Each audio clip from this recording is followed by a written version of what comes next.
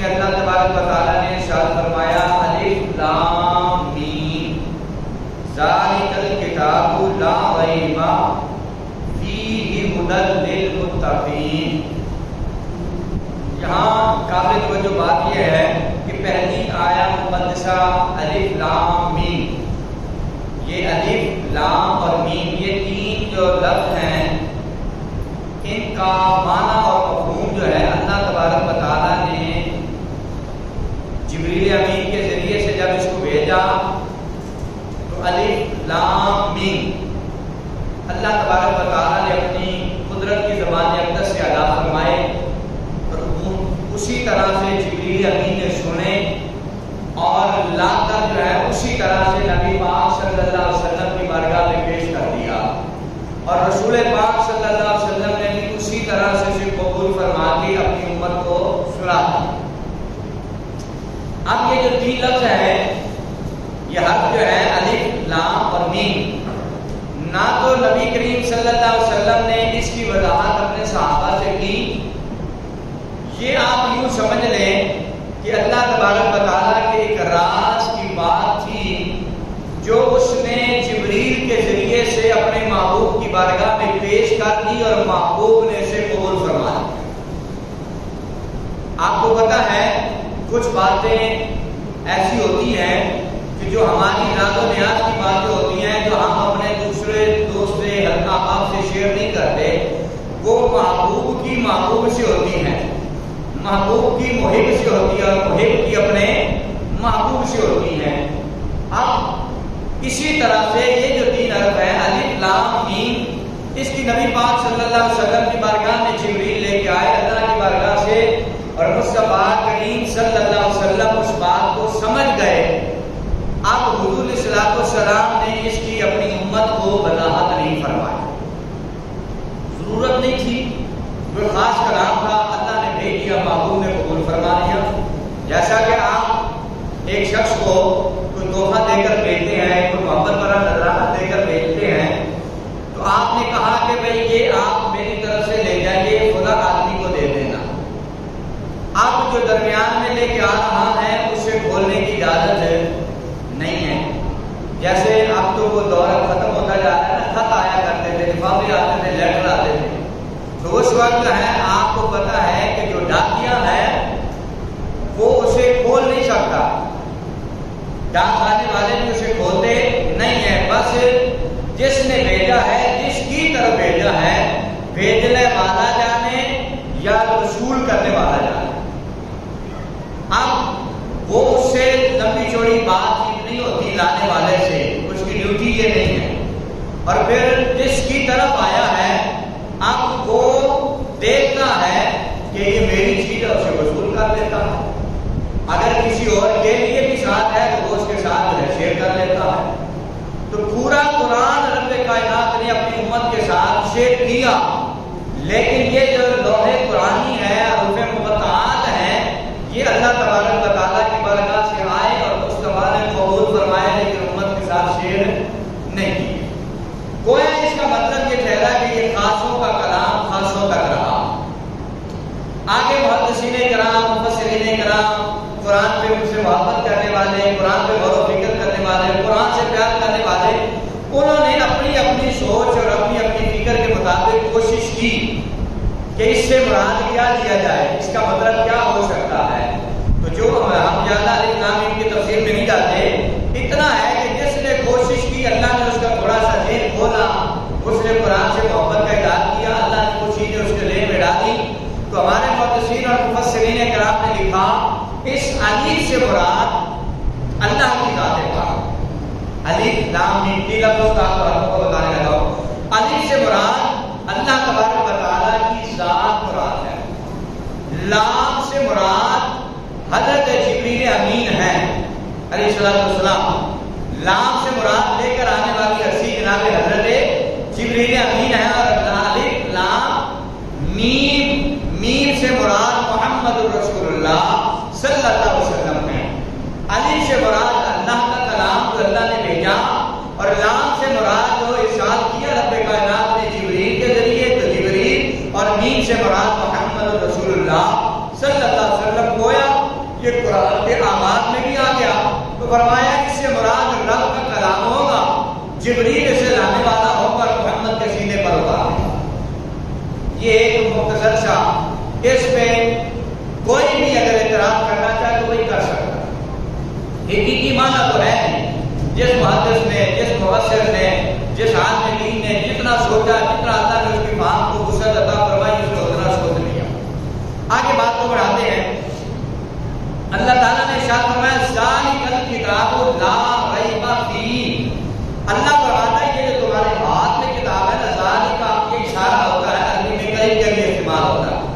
ذالک الکتاب، یہ کتاب ہے لا ریب فیہ۔ اللہ فرماتا ہے یہ جو تمہارے ہاتھوں میں، یہ جو تمہارے پاس، یہ جو تمہارے سامنے، یہ جو تمہیں ہم نے عطا فرمائی ہے کتاب، قریب کے جانے کے بعد فرمایا ذالک الکتاب، یہ جو کتاب ہے فرمایا لا ریب فیہ، اس کے اندر کوئی شک نہیں ہے، اس کتاب میں کوئی شک نہیں ہے۔ لا ریب، اس میں کوئی عیب نہیں ہے۔ فیہ، اس کے اندر اللہ تبارک و تعالیٰ فرماتا ہے ہم نے جو تمہیں قرآن عطا فرمایا ہے، اس قرآن میں، اس کتاب میں کوئی شک شبہ نہیں ہے۔ لا ریب فیہ، اس میں کوئی شک نہیں۔ اور ابھی تھوڑی سی بات اگر پیچھے رکھیں، ذالک الکتاب، لفظ ذالک کا بعد لفظ کتاب آیا ہے۔ ذالک الکتاب، لفظ ذالک کے بعد جو ہے اس کے بعد لفظ کتاب آیا ہے۔ ذالک اور کتاب، اس کے درمیان میں الف اور لام ہے، اس کے درمیان میں الف اور لام ہے۔ اب اس سے مراد کیا ہے؟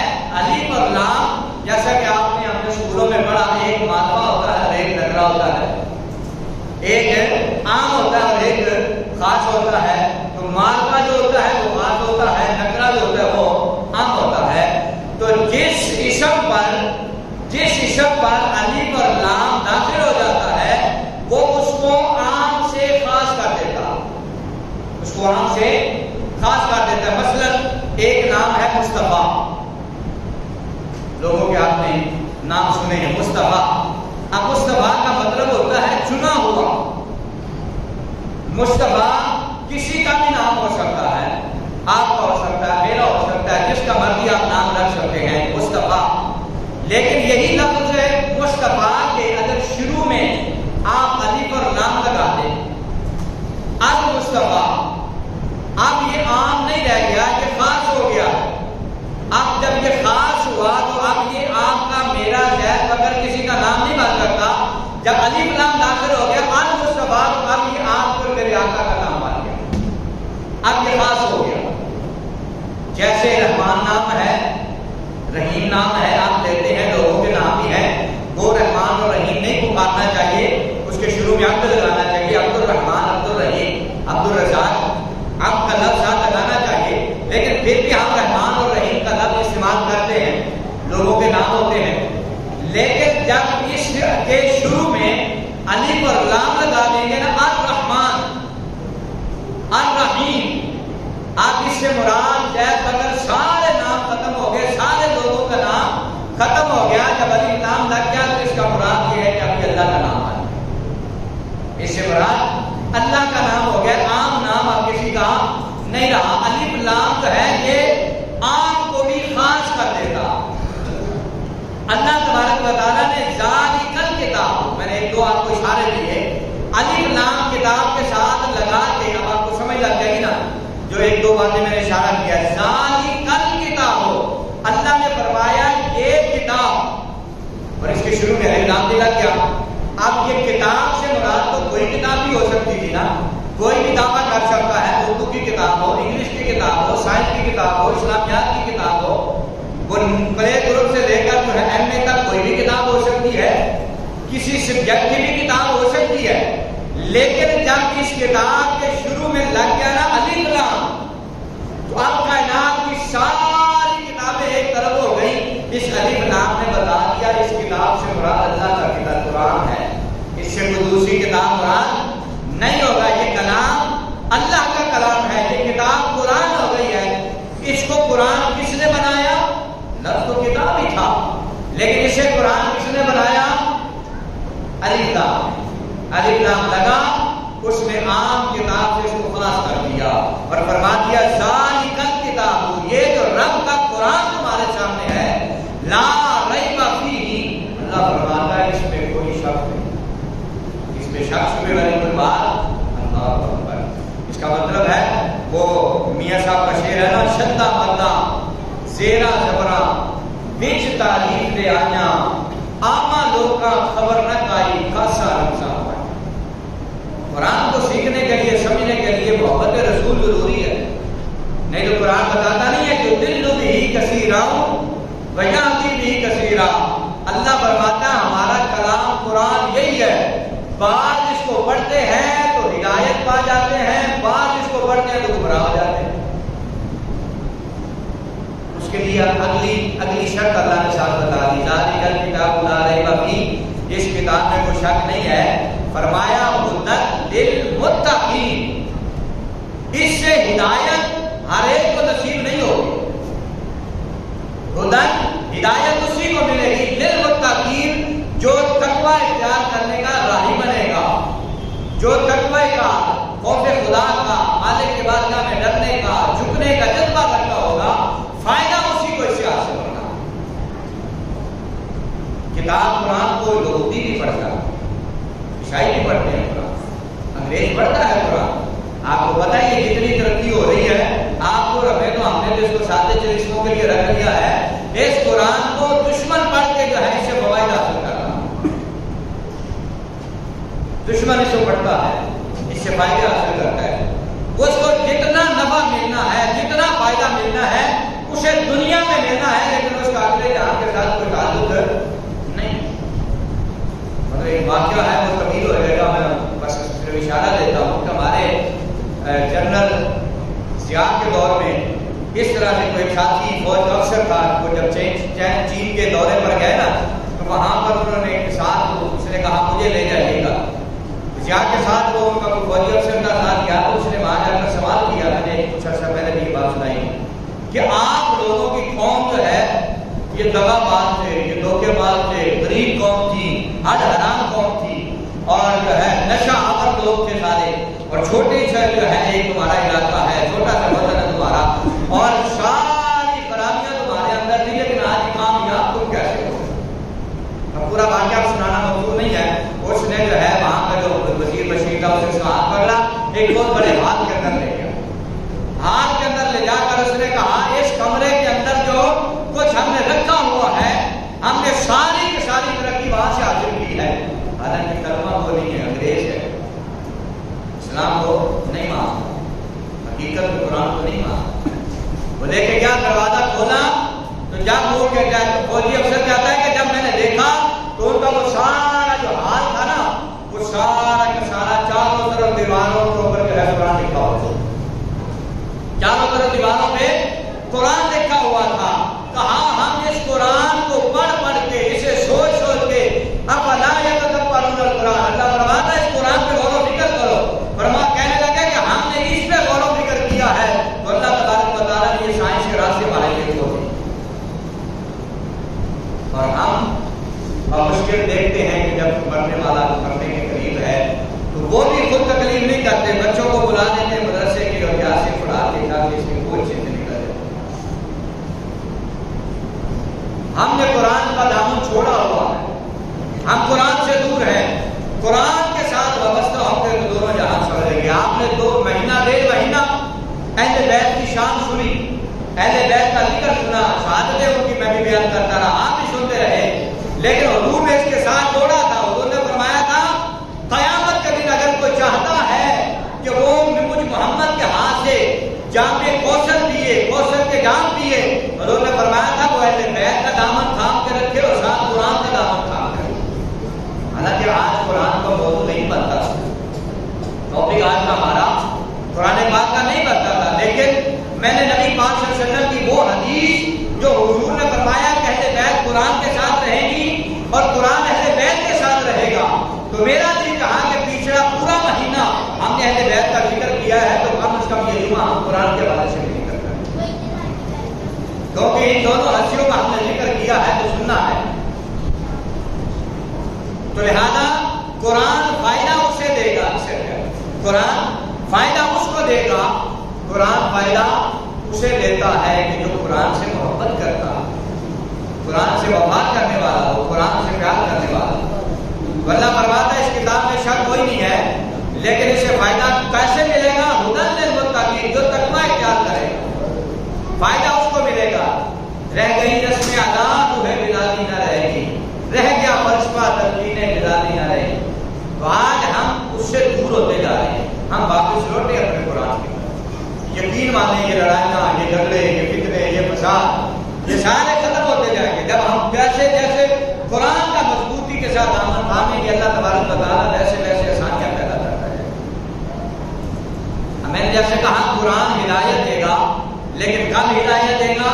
جب آپ کے اندر تقویٰ ہوگا، تھوڑی اندر پرہیزگاری والا جو ہے ایک پودا لگا ہوگا، پھر قرآن کا پانی دے، قرآن کی محبت کا پانی دے، اہل بیت کی محبت کا پانی دے، پھر ایمان کا قسمت ہوتا ہے۔ جیسا میں نے عرض کیا قرآن کی آیت سے آپ کو بتایا، اللہ نے فرمایا یضل بہ کثیرا ویہدی بہ کثیرا۔ بعض قرآن پڑھنے والے ایسے ہیں جو پڑھتے ہیں ہدایت پا جاتے ہیں، بعض قرآن ہی پڑھنے والے ایسے ہیں لیکن گمراہ ہو جاتے ہیں۔ وجہ کیا ہے؟ وجہ یہ ہے وہ بھی کوئی گمراہی کے لیے نہیں پڑھتا، لیکن اس کا من پاک نہیں ہے، اس کے اندر کا برتن جو ہے وہ پاکیزہ نہیں ہے۔ اپنے اندر کے برتن کو پاک رکھنا ہوگا۔ اس پہ علماء بھی مثال دیتے ہیں، میں بھی دے دیتا ہوں کہ اگر آپ ایک دودھی سے، ان پڑھ آدمی سے، گوالے سے دودھ بیچنے والا، وہ جو دودھی ہے، جب آپ دودھ لینے کے لیے اس کے سامنے اگر برتن کریں، آپ کے برتن میں گندگی ہو، آپ کا برتن گندا ہو، اس میں پیشاب ہو یا گوبر ہو، تو آپ وہ گوبر سے بھرا ہوا برتن اگر آپ اس کے سامنے کریں گے اس میں دودھ ڈال دو، حالانکہ اس کا تو کام ہے پیسے لینا، وہ تو آپ نے 150 دینا، 200 دینا، جو آپ نے کلو دینا اس میں تو دینا ہی ہے۔ اگر آپ اس گندے برتن میں کہیں اس کو ڈال دو یہ پیسے لے لو، تو ان پڑھ سے ان پڑھ بھی نہیں ڈالے گا، وہ کہے گا بھائی یہ دودھ ہے، یہ خدا کا نور ہے۔ تو اسے ناپاک جگہ پر نہیں ڈالنا، اس کو پلیدی والی جگہ پر، پلید جگہ پہ نہیں اس کو رکھنا۔ وہ ان پڑھ جانتا ہے کہ اسے پاک برتن میں ڈالنا ہے، اسے صاف برتن میں ڈالنا ہے۔ دودھ اللہ کا نور ہے، اسے صاف ہی جگہ پر رکھا جائے گا۔ تو ایمانداری سے بتائیں کہ سینے بھی آپ کے برتن ہیں، اور اللہ تبارک و تعالیٰ نے قرآن جیسا نور اگر اندر کا برتن ناپاک ہوگا تو رب قرآن جیسا اگر ان پڑھ آدمی دودھ نور کو اس برتن میں نہیں ڈالتا، یہ برتن گندا ہے۔ اگر ان پڑھ آدمی اتنا جانتا ہے تو میرا رب جو ہے اپنا کلام قرآن جو ہے وہ من ناپاک برتن جو دے رہا ہے اس میں کیسے قرآن ڈال دے گا؟ اللہ اپنے نور کو اس غلیظ جو ہے دل میں، اس غلیظ من میں کیسے قرآن ڈالے گا؟ وہ نہیں ڈالتا۔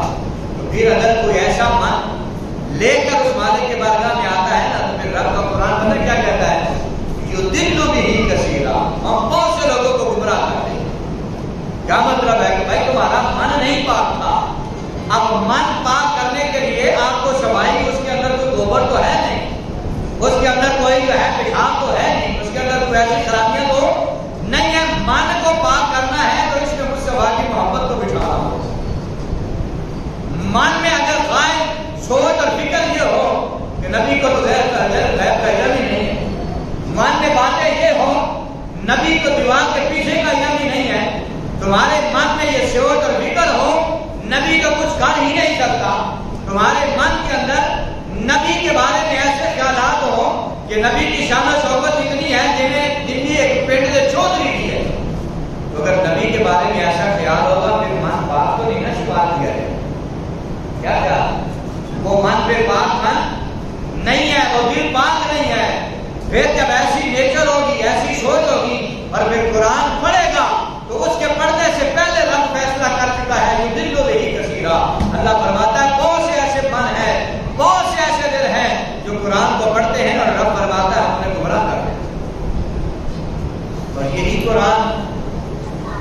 قرآن اگر پاک من والا پڑھے، بابا غریب وہ الحمد شریف پڑھ کر پورے کنویں پہ پھونک مار دے تو سارا کنواں میٹھا ہو جائے۔ سنا ہوا ہے نا ہم نے بابا غریب کا واقعہ، بچے پانی کڑوا کا کڑوا رہا. بابا فرید نے ایک دفعہ فاتحہ پڑھی اور پھونک مار دیا, کڑوا پانی جو ہے وہ میٹھا ہو گیا. اب جب بچوں کو پتا چلا یہ تو کام ہی بڑا آسان ہے, یہاں تو ایک فاتحہ کا تو مسئلہ ہی کوئی نہیں, ہم تو پورے قرآن کے حافظ ہیں. دونوں نے ایک ایک فاتحہ کیا, 11 دفعہ تو 20 دفعہ پورا قرآن پڑھ کے پھونک مارے.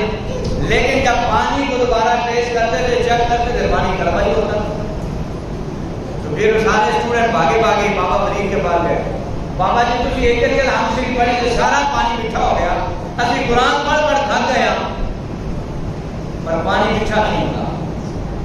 بابا فرید نے کیا فرمایا تھا, پانی کو اگر میٹھا کرنا ہے تو پھر فرید والی زبان بھی ہونی چاہیے. اگر چاہتے ہو پانی میٹھا ہو جائے تو پھر پہلے زبان بھی فرید والی لاؤ نا, کہ فرید کی زبان سے قرآن نکلے جس کا من اتنا پاکیزہ ہے. جب من پاک ہوتا ہے پھر زبان پہ بھی اثر آتا.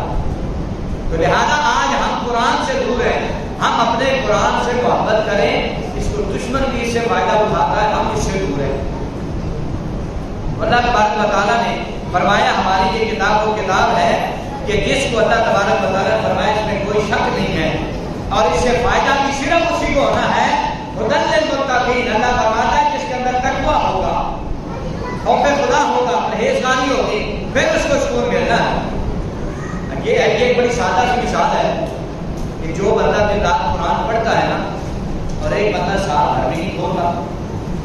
اب جو سارا دن قرآن پڑھتا ہے, قرآن کھولتا ہے, قرآن کا لطف لیتا ہے, ترجمہ پڑھتا ہے, تفسیر پڑھتا ہے, اب اس کو مجھ سے پوچھا جا سکتا ہے یار تو کیوں چھوڑتے کیوں نہیں, پھر وہ آپ کو بتائے گا اس کی چاشنی کیا, میں کیوں اس سے دور جاؤں. اس کو پڑھنے سے جو لطف, جو سکون, جو قرار ملتا ہے وہ کسی اور شہر میں نہیں.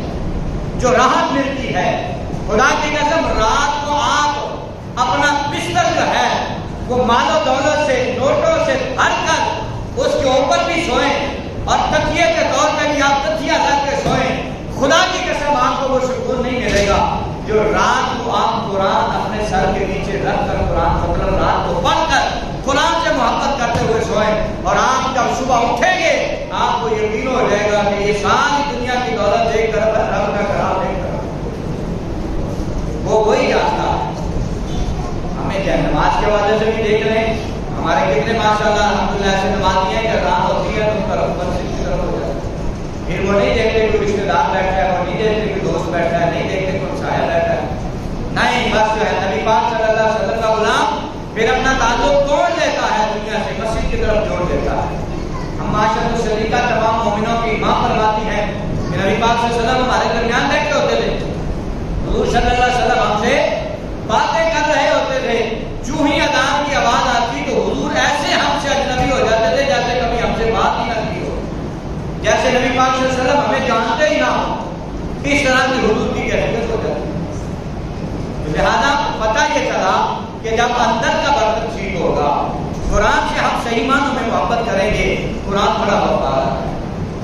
امام حسین کا سر انور جسم سے جدا ہو گیا تھا, سر جدا ہو گیا تھا.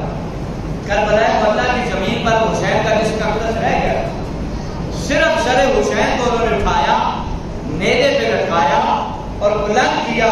جو ہی بلند کیا اب جو ہے سر انور بلند ہوا. اللہ تبارک و تعالیٰ کا قرآن بھی اتنا وفادار ہے, جسم سے دھڑ سے جو ہے سر جدا ہے, لیکن زبان حسین کی ہل رہی تھی اور قرآن کی تلاوت ہو رہی تھی. اب حسب کا ان اصحاب الکهف والرقیم کانوا من آیاتنا عجبا.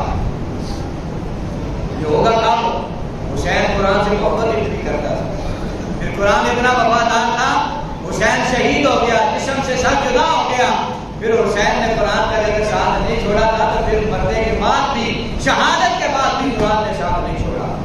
یہ ایک سورہ مدد ہے نا جو رات کو پڑھنے والا ہے, جو اس کا رات کا پکا مضبوطی کے ساتھ اس کو پڑھتا ہے سونے سے پہلے.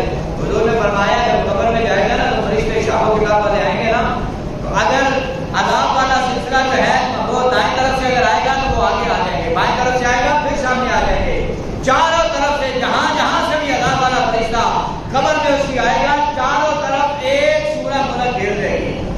اور اللہ کی بارگاہ میں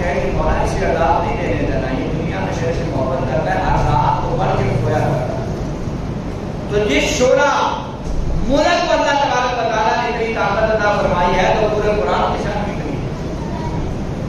آج ہماری بیویاں، ہمارے بچے، ہم لوگ، ہمارا معاشرہ، میں تو وہ اس شعبے سے تعلق رکھتا ہوں تاکہ لوگ کرنے کروانے آتے ہیں، سمجھاتے ہیں ہم لوگوں کو کہ بھائی ذرا غور کرو، بیویاں بندے لوگ آتے ہیں تو ذرا غور کرو، ہم مولوی زبان جو ہے ایک آیت آپ کو لکھ کے دے دیتے ہیں، تعبیر بنا دیتے ہیں، گلے میں ڈال دو، اور اتنا یقین پختہ ہے کہ وہ تعبیر سے جو ہے قسمت بدل جاتی ہے، حالات ٹھیک ہو جاتے ہیں، بھائی اللہ کا کلام ہے، ہو جاتے ہیں۔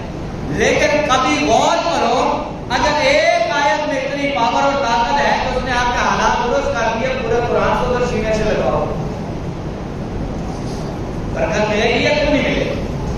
قسمتیں بدلتی ہیں، مقدر اور نصیب بدلتے ہیں۔ ایک واحد یہی کتاب ہے جس کے بارے میں اللہ تبارک و تعالیٰ کا قرآن فرماتا ہے اِنَّا نَحْنُ نَزَّلْنَا الذِّكْرَ وَإِنَّا لَهُ لَحَافِظُونَ۔ اللہ فرماتا بے شک ہم ہی اس کتاب کو اتارنے والے ہیں، ہم ہی اس قرآن کو نازل کرنے والے ہیں، ہم ہی اس کو اتارنے والے ہیں۔ وَإِنَّا لَهُ لَحَافِظُونَ۔ اللہ فرماتا ہے میری تمام کتابوں میں سے ایک یہی کتاب قرآن ہی ہے، سب کو اتارا ہم نے ہے لیکن اور کسی کی حفاظت کا ذمہ نہیں کیا۔ اللہ نے فرمایا ایک ہی کتاب قرآن ہے جس کی حفاظت کا بھی اپنے ذمہ ہے۔ اس گئے گزرے دور میں، پرفتن دور میں ہر مسلک والا مسلکوں کو اب چھوڑ دو نا، مسلک کو تو بڑی بات، بڑی دور کی بات رہ گئی ہے۔ اس سوشل میڈیا کے دور میں ہر بندہ محدث ہے، جس کو 2 قرآن کی آیتیں آتی ہیں، 4 حدیثیں سن رہی ہیں، یا تو جس نے 2-4 مولویوں کی تقریریں سن لی نا، وہ بھی محدث بنا ہوا ہے، وہ بھی مفکر بنا ہوا ہے۔ یہ بات حقیقت عرض کر رہا ہوں، جو جتنا جس کے پاس علم ہے وہ اسی حساب سے اسلام کو تولتا پھر رہا۔ اللہ تبارک و تعالیٰ کا قرآن فرماتا ہے کہ ہم اس کی حفاظت کرنے والے ہیں، ورنہ جو توڑ پھوڑ کرنے والے ہیں آپ تو ہر من توڑ پھوڑ کرنے والا بن گیا۔ ہم وہ بات پیچھے رہ گئی کہ اتنے فرقے تو اتنی باتیں، اب جتنے انسان جتنے آدمی اتنی باتیں ہیں۔ اگر ان کی سوچوں کے مطابق اگر بدلنے کا حصہ اگر اس کی اجازت ہم دے دیتے تو پھر تباہی اتر جاتی۔ اللہ نے فرمایا وَإِنَّا لَهُ لَحَافِظُونَ۔ اللہ فرماتا ہے میں رب ہو کے خود اس کی حفاظت کر رہا ہوں۔ اب آپ دیکھ لیں ترجموں میں گڑبڑ ہو گئی، مسائل کو سمجھنے میں گڑبڑ ہو گئی، حدیثوں کو سمجھنے میں گڑبڑ ہو گئی۔ اللہ نے قرآن کی حفاظت کا ذمہ لیا تھا تو اس میں کسی کی ضرورت نہیں ہے گڑبڑ کر سکتا۔ ورنہ مکے کے اس دور میں بڑے بڑے شعراء، بڑے بڑے شاعروں نے، بڑا بڑا لکھنے والوں نے، بڑے فصاحت و بلاغت والوں نے، انہوں نے آپ نے آگے سورہ عصر رکھ لی اور سوچنا شروع کر دیا، سورہ کوثر رکھ لی، سوچنا شروع کر دیا، سورہ کافرون رکھ لی، سوچنا شروع کر دیا، بنانے کی کوشش کی کہ اس کا مقابلہ کیا جائے، اور پورے جتھے میٹنگیں بیٹھتی تھی کہ آئینہ کا کوئی مقابلہ کیا جا سکے، والعصر کا کوئی مقابلہ کیا جا سکے، لیکن سارے کے ساروں کے سوچے اور فکرے بند اور ختم ہو جاتے تھے۔ آخر جب مجلس ختم ہونی ساری رات انہوں نے سوچ و بچار کرنے کے بعد جب صبح اٹھنا تو انہیں یہ کہنا پڑتا تھا یہ کلام واقعی رب کا کلام ہے، اس کا مقابلہ کوئی نہیں کر سکتا، اس کا مقابلہ کوئی نہیں کر سکتا۔ ہمیں چاہیے کہ ہم اس قرآن کے ساتھ وابستہ ہو جائیں۔ جو لوگ اس قرآن کے ساتھ وابستہ ہو جاتے ہیں اللہ تبارک و تعالیٰ اپنی زندگیوں میں بہار لے آتا ہے۔ خدا کی قسم ان کو دنیا کی دولت، دنیا کا مال، دنیا کی جاہ و حشمت کی طلب اور تمنا رہ نہیں جاتا جو اس قرآن کے ساتھ وابستہ ہو جاتا ہے۔ لیکن لمحہ فکریہ میں اپنی بات اپنے آپ سے شروع کروں تو ہمیں بھی اتنا قرآن پہ ہم بھی اعتماد نہیں کرتے، ہم بھی لوگوں کے جا کے دروازے کھٹکھٹاتے ہیں، ہم بھی عام لوگوں کی طرح سوچتے ہیں جس طرح وہ سوچتا ہے، نہیں کوئی سوچ رہا۔ ہمیں اس کی صحیح معنوں میں اگر یہ تڑپ اور محبت پیدا ہو جائے کہ یہاں سے سب کچھ ملتا ہے کبھی بھی اس کا دعویٰ نہیں۔ ہمارے استاد فرمایا کرتے تھے کہ بیٹا قرآن یہ وہ نعمت ہے، یہ ایک سادے بزرگ استادوں کا وہ کہا کرتے تھے کہ اگر آپ جنگل میں بھی جا کر بیٹھ جائیں اور قرآن کو پڑھنا شروع کر دیں اللہ تبارک و تعالیٰ جنگل میں بھی منگل بنا دیتا، وہاں بھی رونقیں لگ جاتی ہیں۔ حضرت شیخ عبدالحسین محدث دہلوی رحمۃ اللہ تعالیٰ علیہ، میں نے آپ کو پہلے بھی عرض کیا تھا کسی جمعے میں کہ یہ نبی پاک صلی اللہ علیہ وسلم کی بارگاہ میں یہ عرب کے رہنے والے تھے، یہ جتنے بھی دہلی بزرگ خاندان کے ہیں نا یہ عرب کی سرزمین پہ رہنے والے تھے، عربی لوگ تھے اور یہ وہاں پر حدیث پڑھایا کرتے تھے۔ محدث دہلوی رحمۃ اللہ تعالیٰ تشریف لائے، سرکار نے دیدار کروایا، سرکار نے فرمایا، محدث دہلوی سے حضور نے فرمایا کہ میرا دل چاہتا ہے تم ہندوستان چلے جاؤ۔ خواب میں دیکھا، اٹھے، سوچ میں پڑ گئے کہ یہاں حدیث پڑھاتے ہیں تو حضور کی طرف اشارہ کرتے ہیں کہ یہ والے آقا نے فرمایا، کالا کالا رسول اللہ، جب اس طرح سے پڑھاتے ہیں تو رسول اللہ کی طرف اشارہ کرتے ہیں۔ ان آقا نے فرمایا شب و روز جو ہے ریاض الجنہ کی زیارت ہوتی ہے، یہاں پر بیٹھتے ہیں، حدیث پڑھاتے ہیں، قرآن پڑھاتے ہیں، تو ہندوستان چلا گیا تو اپنے آقا سے دور ہو جاؤں گا۔ تو بس کام تھا، سوچ میں پڑ گئے، خاموش رہے کہ مدینہ نہیں چھوڑنا۔ حضور پھر تشریف لائے، پھر سرکار نے دیدار عطا فرمایا، تیسرے دن پھر سرکار تشریف لائے خواب میں، پھر حضور نے دیدار کروایا، حضور نے محدث دہلوی سے فرمایا جاتے کیوں نہیں ہو؟ ہاں یا رسول اللہ جانے کو دل نہیں کرتا۔ کہنے لگے یا رسول اللہ جہاں دن رات آپ کا دیدار ہوتا ہے، مطلب آپ کی قبر اکبر کے پاس ہوتے ہیں، دن رات یہ بہاریں چھوڑنے کو دل نہیں چاہتا۔ حضور نے فرمایا، محدث دہلوی آپ نے فرمایا مدینہ چھوڑ کے ہندوستان چلے جاؤ، جہاں تم روزانہ ملنے آتے ہو، حضور نے فرمایا وہاں میں ملنے آ جاؤں۔ اللہ اکبر، فرمایا ہندوستان چلے جاؤ وہاں میں ملنے آؤں گا۔ اور پھر ایک دن آپ جو ہے قرآن پاک کی تلاوت، رمضان کا مہینہ تھا، آپ جو ہے جس طرح سے آپ نے دیکھا علماء کرام دور کرتے ہیں، دوسرے کو سنتے سناتے ہیں، تو کہتے ہیں کہ ہم بھی دور کے لیے جنگل میں آ گئے۔ ہم جو ہے دن کو نکلتے، فجر کی نماز پڑھتے، جب صبح کا سویرا ہوتا تو ہم ایک جنگل باغ تھا، جنگل تھا، ہم وہاں جا کر جو ہے مطالعہ کیا کرتے تھے، ایک دوسرے کو سناتے تھے۔ تو کہا میرا جو سننے والا تھا نا وہ نبینا تھا، اور جب میں پڑھا کرتا تھا تو میں آنکھیں بند کر کے سناتا تھا، تو میرا جو سننے والا تھا وہ نبینا تھا۔ کہا میں آنکھیں بند کر کے سنا رہا تھا، سننے والا سن رہا تھا۔ سنانے کے بعد میری آنکھ کھلی، میں نے آنکھ کھولی تو میں نے محسوس بھی کیا ایک خوشبو بہت خوبصورت سی آئی ہے، اور ایسی خوشبو کبھی خوشبوؤں میں سونگھی نہیں ہے۔ فرماتے ہیں کہ میں نے جب آنکھ کھولی نا تو میں نے اس خوشبو کو بھی پایا، اور میں نے دیکھا کہ یہ راستہ ہمارا معطر ہوا ہے، اور فرماتے ہیں مجھے کچھ محسوس ہوا کہ کچھ اچھا ہوا ہے۔ کہتے ہیں تھوڑی دیر کے بعد میں بیٹھا ہوا تھا، سو نہیں رہا تھا، ایک گھوڑ سوار وہاں سے گزرا، اور گزرنے والے نے سلام کیا، اور میں نے کہتے ہیں محدث دہلوی فرماتے ہیں میں نے اس کو بلا کر سلام کا جواب دیا، اور میں نے اس سے پوچھا بھائی تمہیں یہاں کبھی دیکھا نہیں ہے، تم ہو کون، اور تمہارا حلیہ بھی یہاں کے لوگوں جیسا نہیں ہے۔ اس وقت انہوں نے جواب دیا، اور جواب دے کر کہا کہ تمہیں خبر نہیں ہے ابھی ابھی یہاں سے رسول اللہ صلی اللہ علیہ وسلم گزر کر گئے، میرے آقا بھی یہاں سے تشریف لے کر گئے ہیں، اور فرمایا میرا نام ابو ہریرہ ہے۔ مصطفیٰ کے صحابی سے کلام ہوا، فرمایا میرا نام ابو ہریرہ ہے، اور ابھی مصطفیٰ یہاں سے گزر کر گئے تھے، کیونکہ میرے آقا نے تم سے وعدہ فرمایا تھا، محدث دہلوی نے فرمایا تھا کہ تم اگر میرا گھر چھوڑ کر مدینہ چھوڑ کر ہندوستان جائے گا، وہاں روزانہ تو آتا ہے تو یہاں مصطفیٰ خود ملنے آئے، تو نے خود دیدار کروایا۔ اس میں وسیلہ کیا ہے؟ قرآن ہے وسیلہ، قرآن سے محبت اور قرآن سے پیار ہے۔ آج آخر میں ایک بات سنا کے اجازت چاہوں گا کہ جب بندہ انسان قرآن سے محبت کرنے کا ذہن بنا لیتا ہے تو پھر اللہ تبارک و تعالیٰ کیسی سوچ کیسی فکر عطا فرما دیتا ہے۔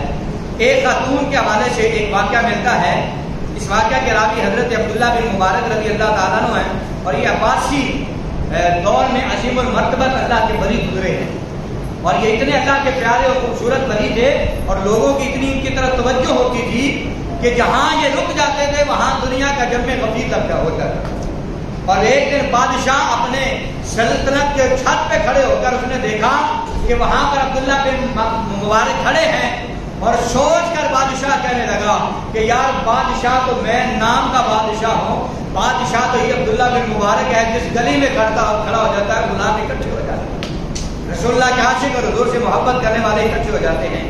آئیے میں ان کی بات ان کے حوالے سے سناتا ہوں۔ حضرت عبداللہ بن مبارک فرماتے ہیں کہ میں ایک سفر میں تھا، حج کا سفر ہم کر رہے تھے، اور سفر کے دوران میں ایک درخت کے پاس گزرا، میں نے وہاں پر دیکھا کہ ایک خاتون بیٹھی ہوئی ہے۔ یہ واقعہ بڑا قابل توجہ ہے، توجہ طلب بات ہے، آپ نے اس کو غور سے سننا ہے، قرآن سے محبت کی بات ہے۔ یہ وہ خاتون کا واقعہ ہے کہ جس نے 40 سال تک اپنی زبان سے قرآن کے علاوہ کوئی لفظ نہیں نکالا، اپنی زبان سے قرآن کے علاوہ کوئی لفظ نہیں نکالا تھا. کتنے سال؟ 40 سال. بولیے گا کتنے سال؟ 40 سال اس نے اپنی زبان سے قرآن کے علاوہ کوئی لفظ نکالا ہی نہیں ہے. حج سے واپسی کا دور تھا اور وہ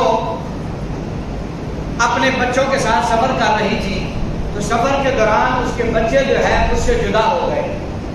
اب وہ راستہ بھول گئی, بھٹک گئی.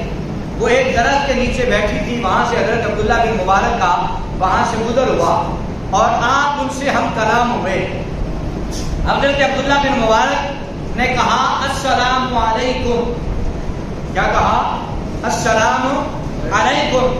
اب اس نے سلام کہا تو اب وہ خاتون وہ تھی جس نے قرآن کے علاوہ بولنا نہیں تھا اور اس نے بولنا تھا تو قرآن ہی بولنا تھا.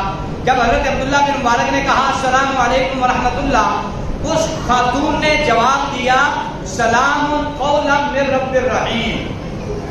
سورہ یاسین میں ہے نا, اس نے آگے سے جواب کیا دیا؟ جواب بھی دے دیا لیکن قرآن کے علاوہ بولی نہیں. کہا سلام قولا من رب الرحیم.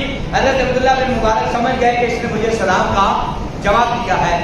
پھر حضرت عبداللہ بن مبارک نے کہا یہاں آپ کیسے بیٹھی ہیں؟ اب وہ خاتون جواب دیتی ہے من یضلل اللہ فلا ہادی لہ, جس کا ترجمہ بنتا ہے کہ جسے اللہ بھٹکانے والے اسے کوئی راہ پر لانے والا نہیں ہے, کہ جسے رب راستے سے ہٹا دے پھر اسے راستے پر لانے والا کوئی نہیں ہے.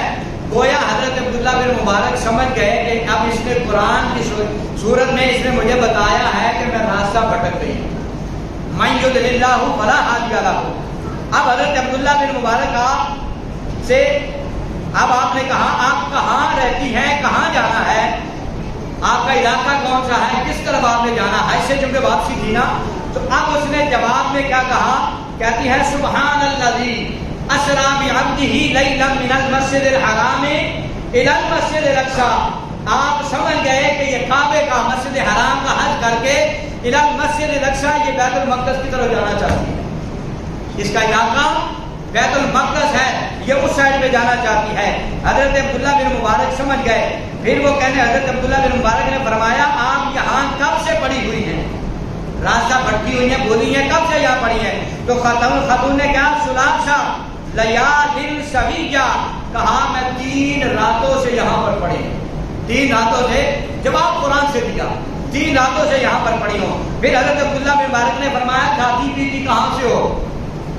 اب وہ بھی قرآن کو سمجھنے والے تھے نا, وہ قرآن کے ترجمے کے حساب سے سمجھ آتے تھے یہ کیا کہتی ہے. کہاں سے کھاتی پیتی ہو؟ اس خاتون نے جواب دیا الذی هو یطعمنی ویسقی, وہ خدا مجھے کھلاتا ہے, میرا رب ہی مجھے پلاتا ہے, وہی میرے رزق مہیا کرتا ہے. آپ یہ دیکھیں کہ بات آپ کو سنا رہا ہوں قرآن سے کتنی محبت ہے. موضوع ہمارا قرآن ہے, قرآن سے کتنا پیار ہے. حضرت عبداللہ بن مبارک نے کہا تو پھر یہاں پر نماز روزہ بھی تو کرتی ہوگی, نماز بھی تو پڑھتی ہو. کہا وضو کے لیے تمہیں پانی یہاں مل جاتا ہے, 3 دن جو ہو گئے ہیں. وہ کہتی ہے خاتون بولی فلم تجدوا ما فتیمموا صعیدا طیبا. اس نے جواب دیا اللہ تبارک و تعالیٰ نے روئے زمین کی مٹی کو پاک بنا دیا ہے تو لہذا فلما صعیدا طیبا, اللہ تعالیٰ نے ساری زمین کو میرے لیے پاک, سب کے لیے پاک کیا ہوا ہے. فتیمموا, تو میں تیمم کر لیتی ہوں, میں تیمم کر لیتی ہوں. اس کے علاوہ 2 لفظ اور کوئی نہیں نکالا. حضرت عبداللہ بن مبارک نے کہا یہاں پر کھانا پینا آپ کا تمہارا اگر کہو تو بندوبست کر دوں, تمہارے لیے کھانے کا بندوبست کر دوں. تو خاتون جواب دیتی اتم الصیام الی اللیل, فرماتی ہیں روزے کے دن میں اللہ تبارک و تعالیٰ سے انسان کو صبح سے لے کر شام تک بھوکا رکھتا ہے. اتم الصیام الی اللیل. تو اس خاتون نے جواب دیا اور کہنے لگی کہ میں روزے کی حالت میں اشارہ دیا.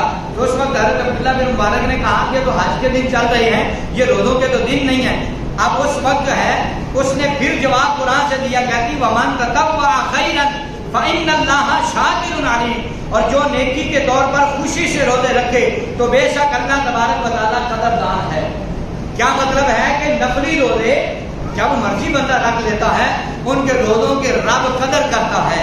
اب پھر حضرت عبداللہ بن مبارک نے کہا لیکن سفر میں تو روزہ رکھنے کی اور نہ رکھنے کی حوالے سے سفر میں اجازت ہے نا, آپ روزہ نہ رکھیں.